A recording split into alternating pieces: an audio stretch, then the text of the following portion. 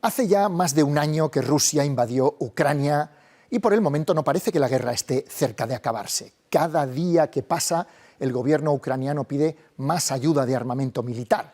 España, como parte de la OTAN, está contribuyendo a este envío. Nosotros hoy les proponemos ver el documental Armas en tiempo de guerra, en el que analizamos cómo la invasión rusa en Ucrania ha hecho que muchos países, incluido el nuestro, incrementen sus presupuestos en defensa.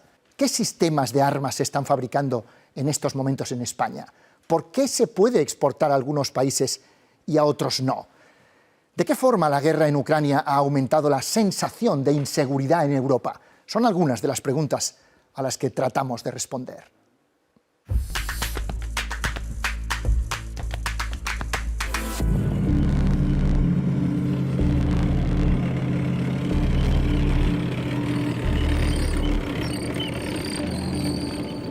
¿Es nuestra industria de defensa capaz de provisionar todos los servicios o todos los sistemas que nuestros ejércitos necesitan? ¡Otra izquierda! ¡Venga! ¡Vamos!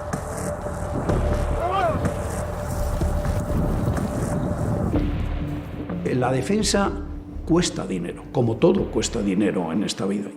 España es el país que menos presupuesto dedica a defensa de toda la OTAN. Bueno, está detrás Luxemburgo.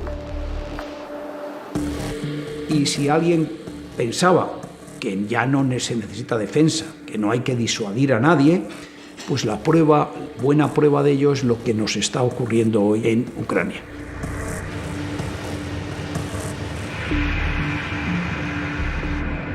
Nosotros vemos cómo las mismas fronteras de Europa están amenazadas. Nos ha hecho a todos conscientes del problema que puede suponer la defensa. Es decir, nosotros somos miembros de la OTAN, pero tenemos que contribuir a la OTAN.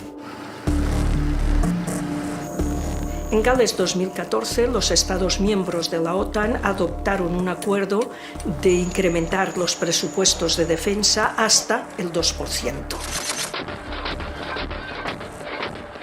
Con la guerra de Ucrania ese compromiso ya es efectivo. Yo creo que 2023-2024 casi todos los estados habrán llegado ya a ese 2%. ¿Por qué el 2%?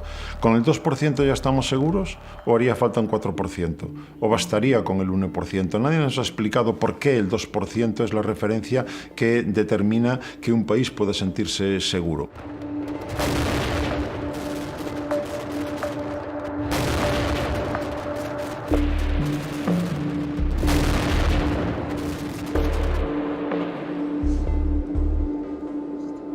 Nos encontramos en el barracón del arma del ala 12. Forma parte del servicio de alerta y vigilancia que está de forma permanente en los cielos de toda España.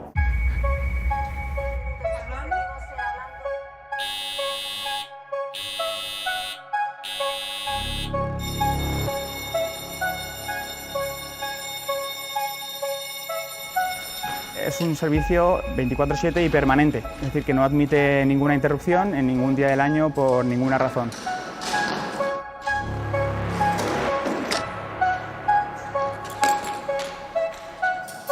Nosotros debemos mantener los dos aviones armados, al piloto y su equipo descansado y darle siempre la posibilidad de que la aeronave despegue y esté en el aire en menos de 15 minutos.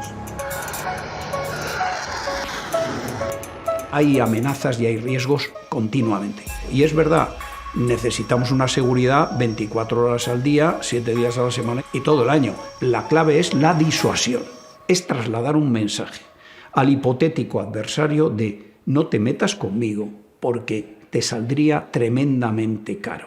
Y esa disuasión históricamente se ha tenido siempre teniendo más soldados, más aviones, más carros de combate, más barcos. Ahora no es solo eso, no es el número, es la calidad. Y la calidad la marca la tecnología. Y si es posible tener tecnología propia y hacerla avanzar tú mismo.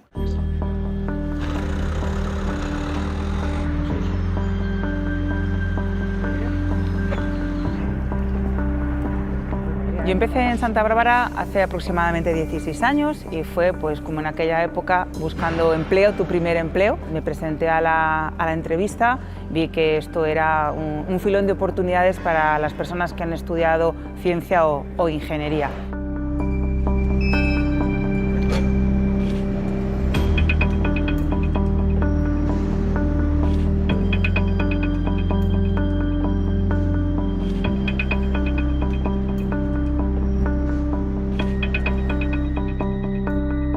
Principio de línea, tenemos el puesto de armado de barcaza, vamos según planificación, o sea que vamos de acuerdo a la planificación prevista. Los siguientes puestos de avance los tenemos también bajo control. Ahora mismo estáis trabajando en la parte de soldadura manual, ¿no? Sí, estamos ya soldando el techo por arriba para cerrar, las partes que no hace el robot. Actualmente tenemos varios proyectos que están en paralelo, tanto para nuestro ejército español, estamos ahora mismo con el programa Dragón y también con el programa Pizarro, que son vehículos de cadenas. Tenemos otros contratos con otros clientes extranjeros. No son grandes líneas de producción, requieren de estar haciendo un trabajo muy manual a la hora de diseñarlo y a la hora de producirlo. Casi prácticamente en menos de un minuto sale un automóvil de una cadena de producción. Aquí no, aquí hablamos de otros tiempos, hablamos de otro producto con una elevadísima complejidad. Y lo que se está haciendo es constantemente revisar la tecnología. Nuestros suministradores, ellos también invierten en I+D.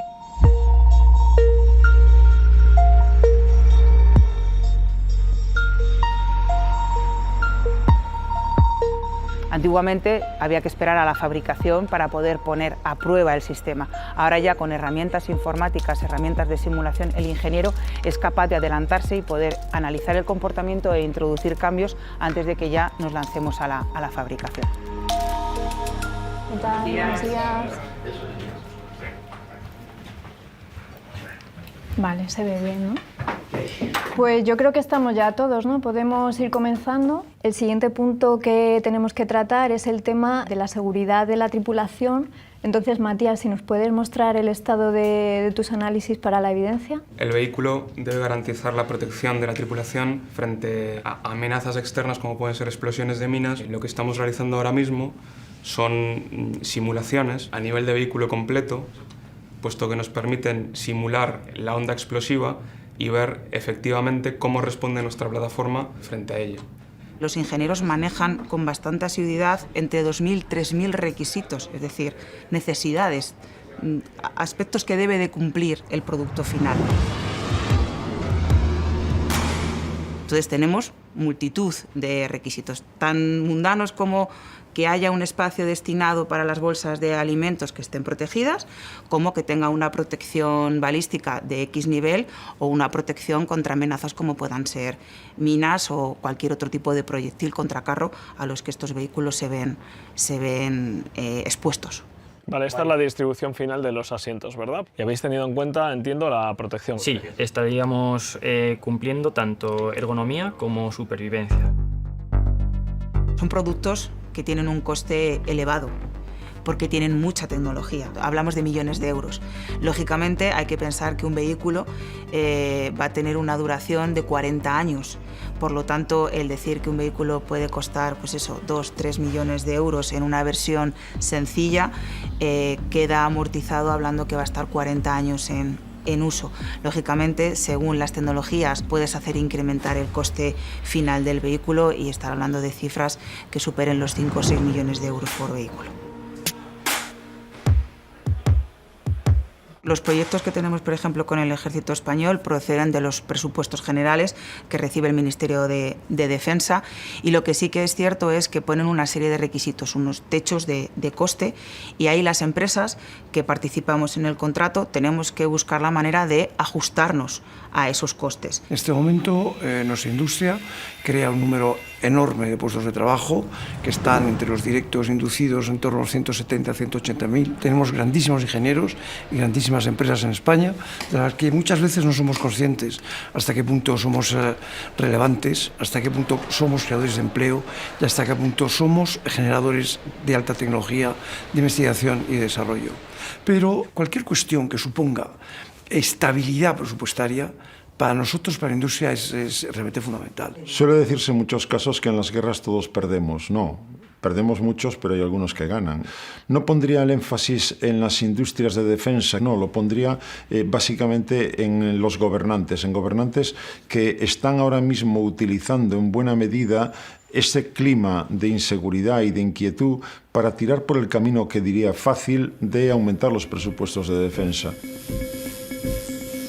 Yo diría que los presupuestos de defensa han sido siempre raquíticos. Un país que es la cuarta potencia de la Unión Europea no tiene unos presupuestos de defensa acordes con su posición. ¿Qué hay que computar como gasto de defensa?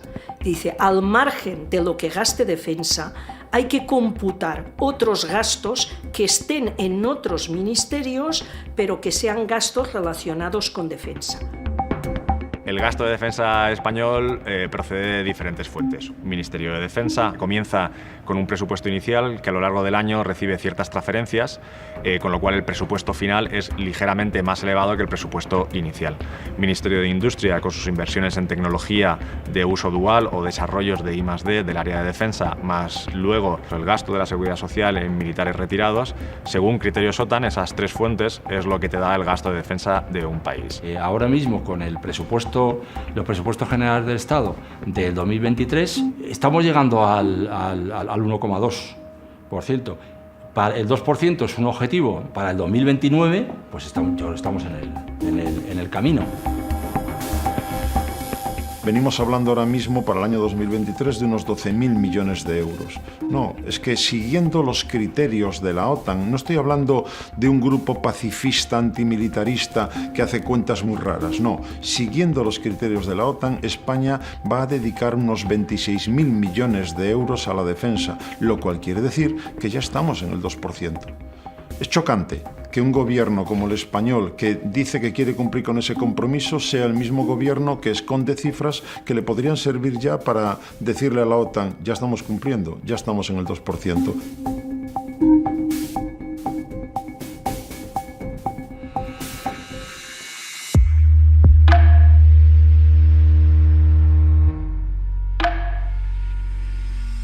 Indra es la mayor compañía de defensa en España. Somos líderes en muchísimos productos en el mercado internacional. Uno de ellos, por ejemplo, son los radares, en el cual tenemos instalados más de 250 radares en los 5 continentes y aportamos sobre todo tecnología. En defensa nacional, los radares sirven para multitud de funciones. Por ejemplo, para la detección de aviones enemigos. Todos los aviones de combate tienen un radar para detección de objetos que se aproximan al avión, como puede ser un misil.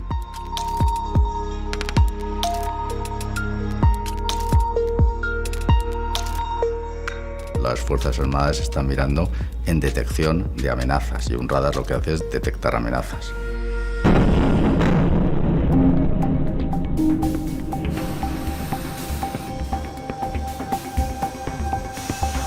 Durante muchos años, Rusia ha utilizado aviones suyos sin pedir permisos de sobrevuelo.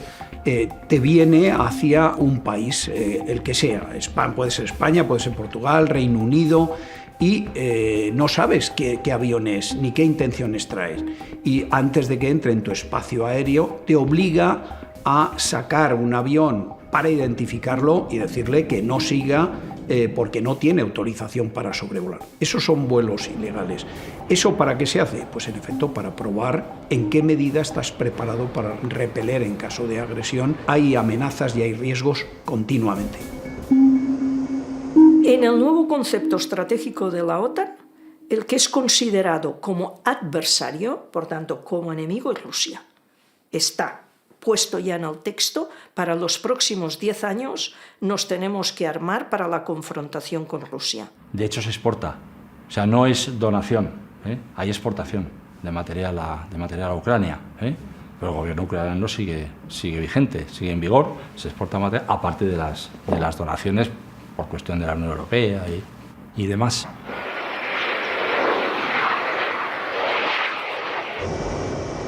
Un avión de combate puede estar entre 30 y 40 años, de forma que vamos incluyendo en los distintos sistemas de armas tecnologías de última generación.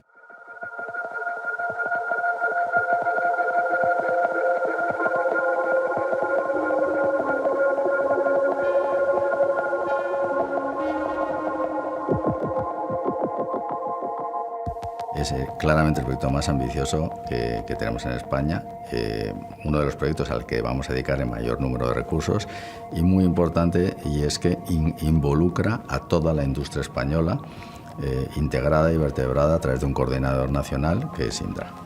Muy importante es que tenemos asegurada la financiación hasta 2027, precede de los presupuestos generales tanto de Francia como de Alemania como de España, en el que hay un acuerdo amplísimo para desarrollar este proyecto.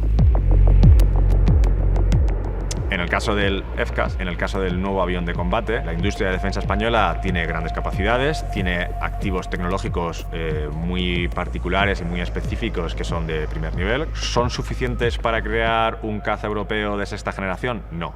¿Son suficientes los activos alemanes para crear un caza europeo de sexta generación? No. Principalmente lo que tiene Francia es que es el único país dentro de la Unión Europea que sabe construir un caza completo.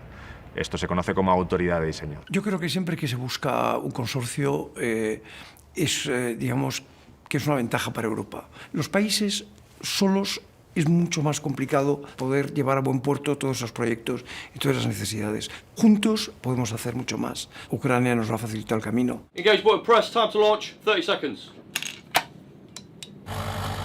Antes de la guerra de Ucrania, la Unión Europea había hecho una apuesta por impulsar la creación de nuevo armamento europeo.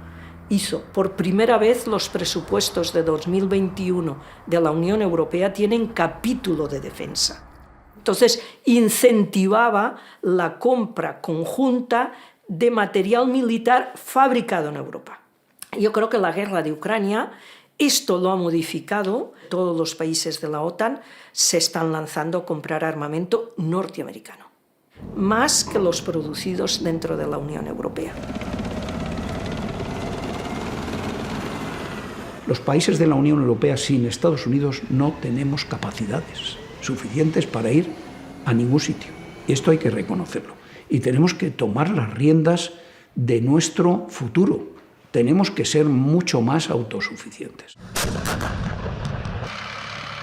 Durante los últimos 20 años Estados Unidos nos ha dicho que ellos tenían que prestar más atención a Asia y que los compromisos de seguridad que tenían en Europa tenían que ser empezados a ser adquiridos por la propia Europa.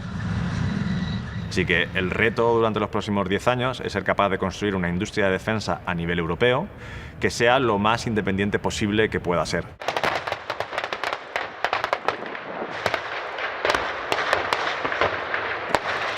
¿Por qué no damos el salto hacia una Europa de la defensa con contenido real, es decir, autonomía estratégica, que significaría algo tan sencillo como contar con medios propios para defender nuestros propios intereses, sin depender de otros, como de hecho estamos dependiendo actualmente básicamente de Estados Unidos?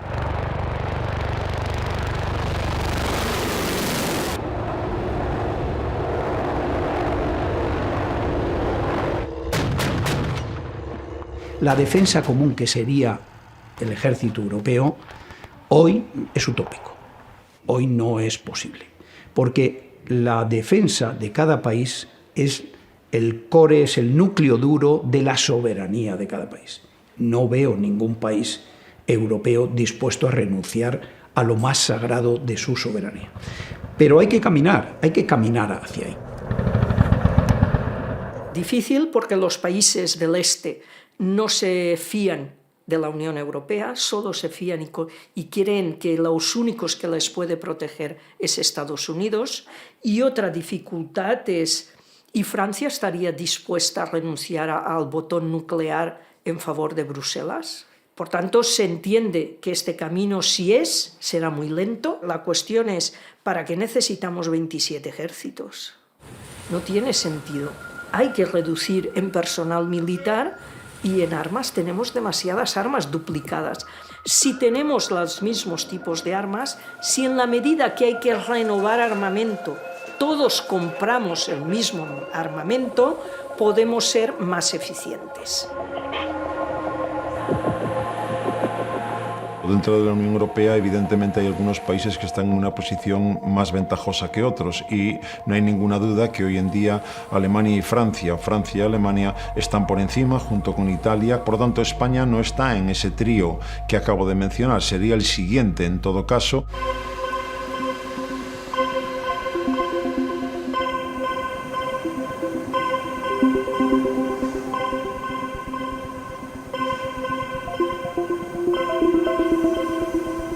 Bueno, nos encontramos en la nave de armamento de submarinos, en la NAS, que es donde realizamos la construcción de los submarinos de la clase S-80.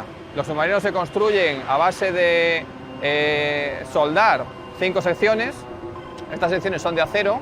Estas secciones tienen en su interior todos los equipos, ya sean equipos de propulsión, el motor eléctrico, el diésel, el AIP, el sistema de armas, que al final, al unirse y soldarse entre ellos, forman el casco resistente.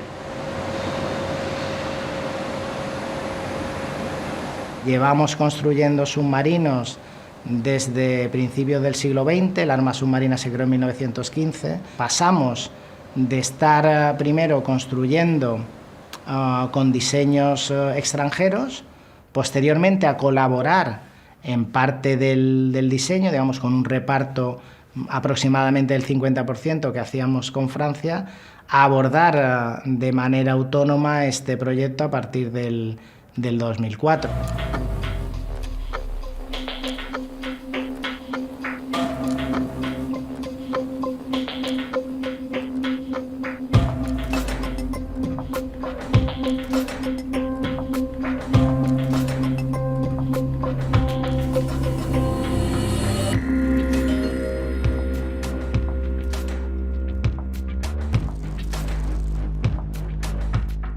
Nos hemos convertido por primera vez en autoridad de diseño. Te hace responsable del diseño, construcción y del control de las modificaciones que se vayan a producir durante el ciclo de vida de estos submarinos, ¿no?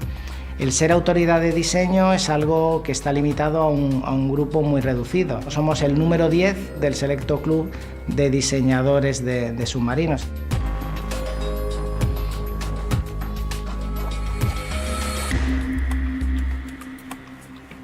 La puesta a flote del S-81 se llevó a cabo en 2021. Fue un momento muy emocionante porque es un esfuerzo de mucha gente durante muchos años el que nos ha hecho estar aquí. Hemos pasado por situaciones muy comprometidas.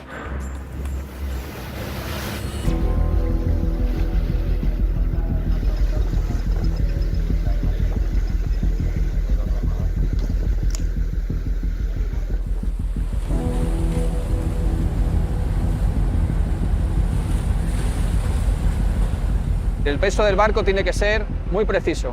Cualquier consumo o cualquier cambio de temperatura del agua de mar produce un cambio en la densidad y por lo tanto en la flotabilidad. Por tanto, el peso es una cosa que hay que controlar en cada momento. Y durante el proceso de construcción también es una exigencia que hay que tener muy controlada, tanto a nivel de diseño como de fabricación como de suministradores.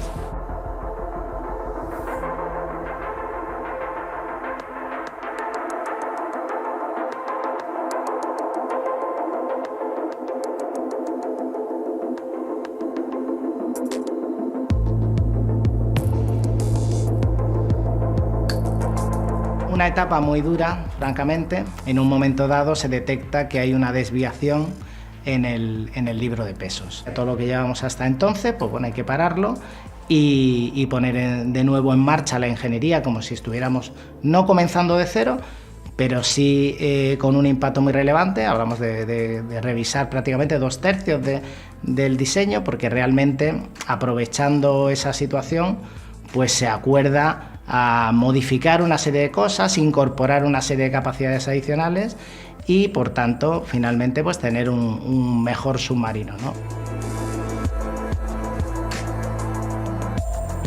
Estamos viendo la sección 4 y lo que vemos en el interior son todos los componentes de mando y control.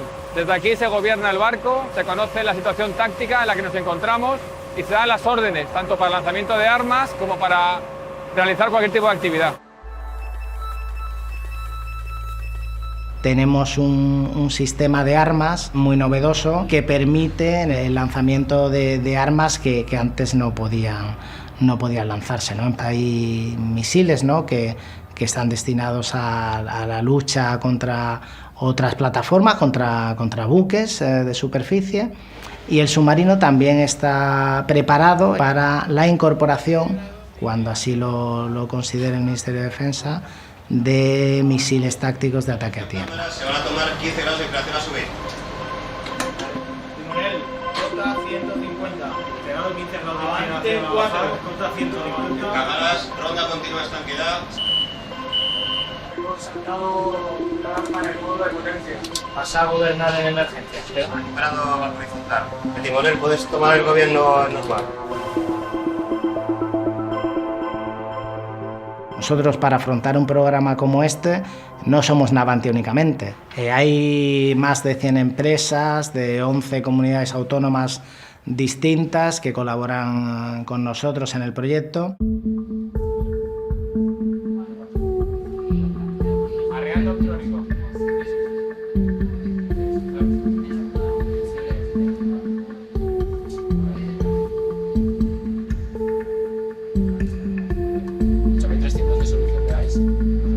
De defensa tiene que exportar y además es una muestra también de competitividad. La exportación la hacen las empresas, pero es muy importante el apoyo del gobierno.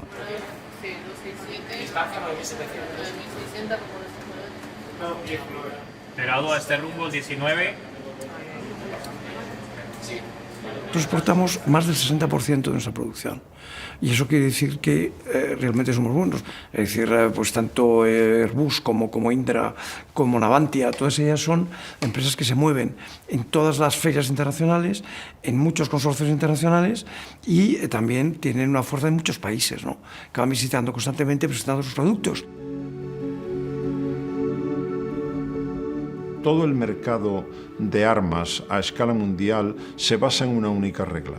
Si no lo vendo yo, lo vas a vender tú. Por lo tanto, mejor lo vendo yo, porque de ese modo mantengo empleo, de ese modo tengo más presencia y más oportunidades de participar en consorcios internacionales. La exportación siempre de material militar tiene estos beneficios económicos e industriales que asociamos a cualquier exportación, pero además tiene usos diplomáticos y políticos que pueden ser controvertidos y al mismo tiempo son extremadamente necesarios y útiles en momentos de competición geopolítica.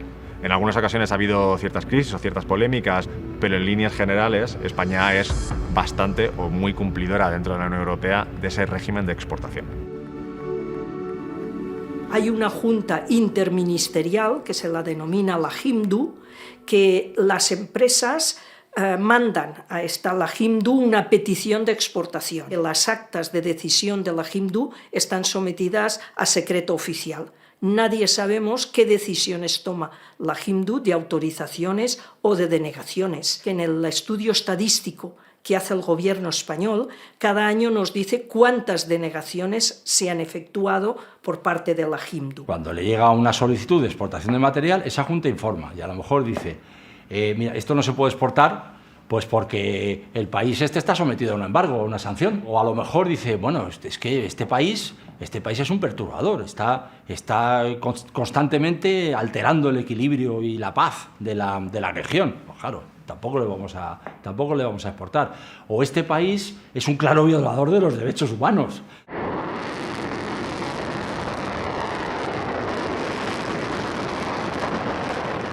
Hay una lista de países donde puedes hacer los contratos y hay una lista de países, ¿vale?, donde no puedes hacer nada. Por ejemplo, en la lista figuran Irán o figura también China.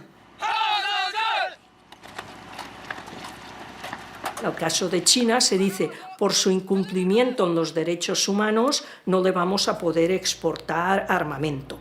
Pero ese criterio, por ejemplo, no se aplica para Arabia Saudí. A los países del Golfo no les denegamos exportaciones de armas. Desde hace muchísimos años que no se venden armas ni a Siria ni a Irán, ni las vende nadie de la Unión Europea ni Estados Unidos. Por tanto, hay razones políticas por las que a unos países sí que vendes y a otros no. Aquellos que tú consideras tus aliados, permites la venta de armas, y a los que consideras que no son aliados, pues no permites la venta de armas a estos países. El principal exportador de armamento en el mundo es Estados Unidos, el segundo la Unión Europea y el tercero Rusia. Pero si en vez de 27 nos vamos por separado, el peso de la Unión Europea es inferior. Y España anualmente se mueve entre la 6ª posición mundial y la 8ª posición mundial. Básicamente se trata del resultado de un proceso de fabricación que hace de España el que ensambla finalmente determinados sistemas de armas, de tal forma que es el país que exporta finalmente, una vez ensamblado ese sistema, al que se le asigna esa exportación. Luego España aparece, como digo, en una posición que es un tanto artificiosa.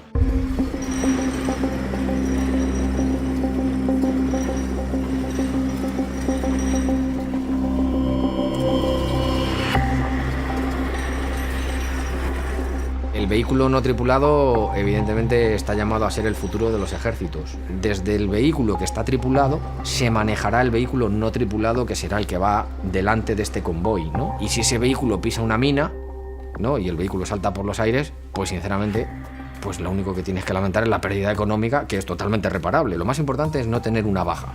Eso tiene que quedar clarísimo, ¿no?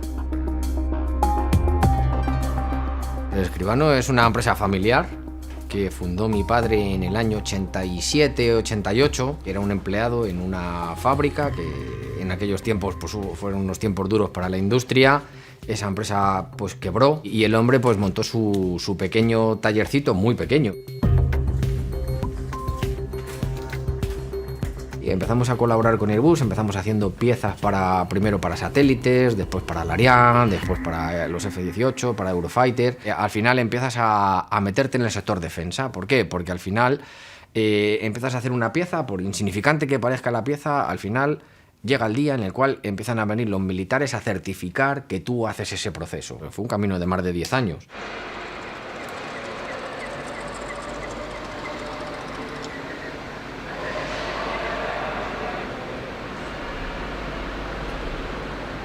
Lo que empezamos fue a pensar, ¿no? Y decir, oye, nosotros, ¿qué podemos hacer que pueda ser un producto estrella o que pueda ser un producto que para nosotros sea fácil?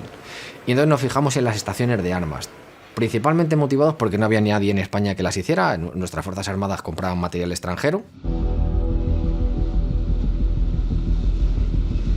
¿Para qué compramos vehículos blindados y luego sacamos a un soldado? Ahí es donde vienen las estaciones de armas. ¿Qué es una estación de armas? Pues es una máquina. Entonces el soldado lo que hace es manejarlo desde un joystick, como un videojuego. Lo que hace la estación es apuntar, ¿vale?, vigilar, apuntar al posible target, ¿vale?, y el soldado, el jefe de vehículo, decide si se abre fuego o no se abre fuego. Y el arma se opera totalmente y automáticamente desde el interior. Las municiones que todos hemos visto, y más ahora en la guerra de Ucrania, ¿no?, que son municiones que tienen un alcance de entre 20 y 40 kilómetros. Una cosa es que quieras hacer blanco en este punto y justo 50 metros más a la derecha haya un punto que no sea tu objetivo, ¿vale? Y que las condiciones climáticas de viento, temperatura y un montón de cosas afecten a ese proyectil y que caiga allí, ¿no? Entonces, nosotros hemos desarrollado un kit de guiado que lo que hacemos es corregir las desviaciones de esa posible munición o de esa munición para que tenga un círculo de error probable inferior a 5 metros, ¿vale? Con lo cual te garantiza el éxito en tu misión.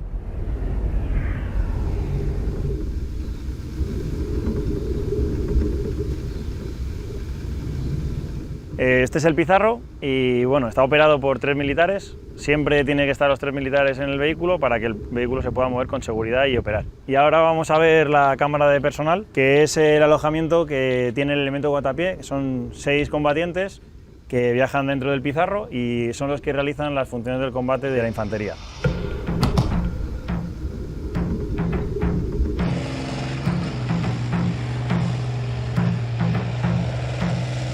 campo de batalla evoluciona muy rápidamente, al igual que la tecnología, y nosotros trabajamos con empresas nacionales como Indra o Escribano para suplir esas necesidades que van surgiendo. Con Escribano se está desarrollando una cámara, o se ha desarrollado una cámara trasera y frontal para mejorar la visual que tiene el conductor y así evitar posibles accidentes, que este vehículo no dispone de visión cuando da marcha atrás.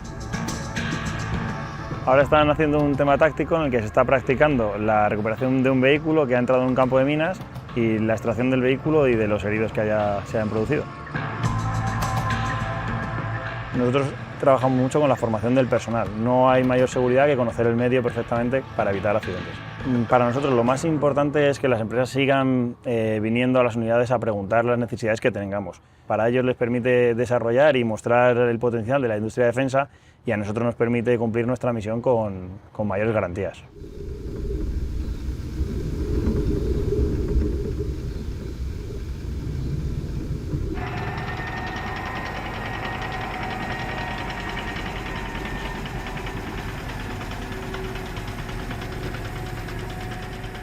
Lógicamente hay que entrenar, hay que formar al ejército en el uso, sobre todo de las nuevas tecnologías que estos vehículos van incorporando.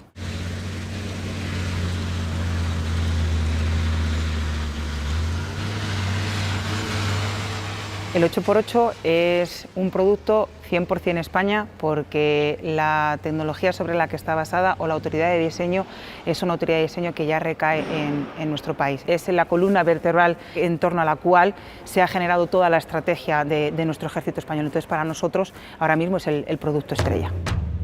Lo que estamos viendo es la parte fundamental del vehículo, lo que llamamos nosotros barcaza. Y decimos que es un elemento muy importante porque tiene una función clave, que es la de proteger al personal que va aquí embarcado. Aquí tenemos una tripulación, soldados, que tienen que ir a diferentes misiones y que tienen que estar protegidos contra cualquier amenaza externa. La soldadura lo que nos permite es mantener la homogeneidad y la continuidad del material. No podemos tener en el vehículo ninguna zona débil que pueda suponer un punto de ataque ante una amenaza exterior. Estamos armando en este momento un techo de un vehículo de zapadores para el ejército de tierra. Requiere un poco de atención, fijarse en las medidas que te indican en los planos y los procesos de fabricación para que todo salga bien.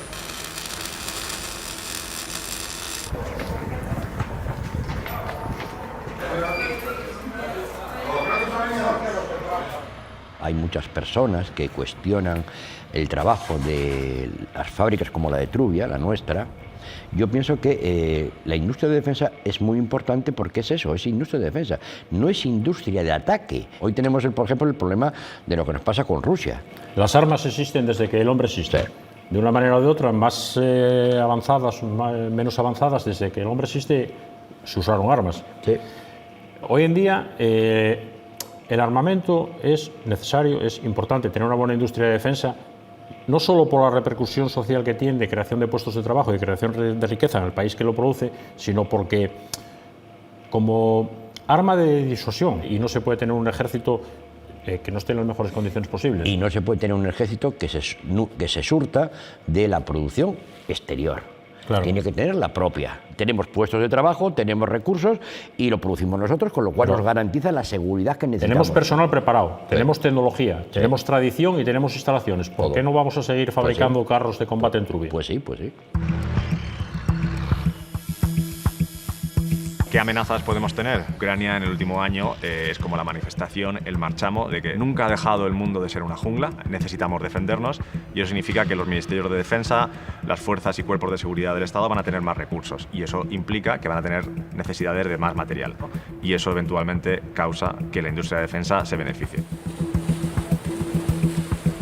El presupuesto de defensa de todos los países del planeta está ahora mismo en 2,1 billones españoles de dólares. Hemos enfocado este tema apostando directamente por los medios militares para actuar en contextos de amenaza a los intereses de unos y de otros. ¿Y si apostáramos ese mismo esfuerzo por prevenir la guerra? El presupuesto de la ONU es menor al de la Comunidad de Madrid.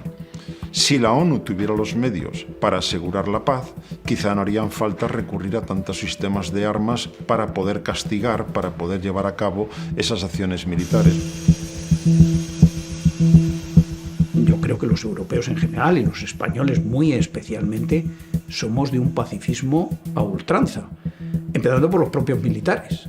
Si hay alguien que le gusta la paz por encima de todo son los militares. La guerra es el fracaso de la disuasión, por lo tanto el fracaso del trabajo de los militares.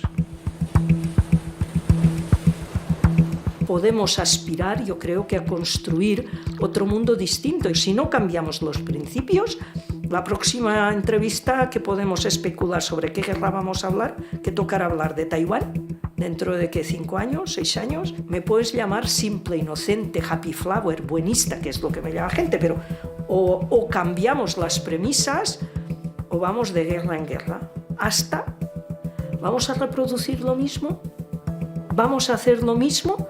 ¿O podemos decir que podemos compartir el planeta a los que habitamos en él?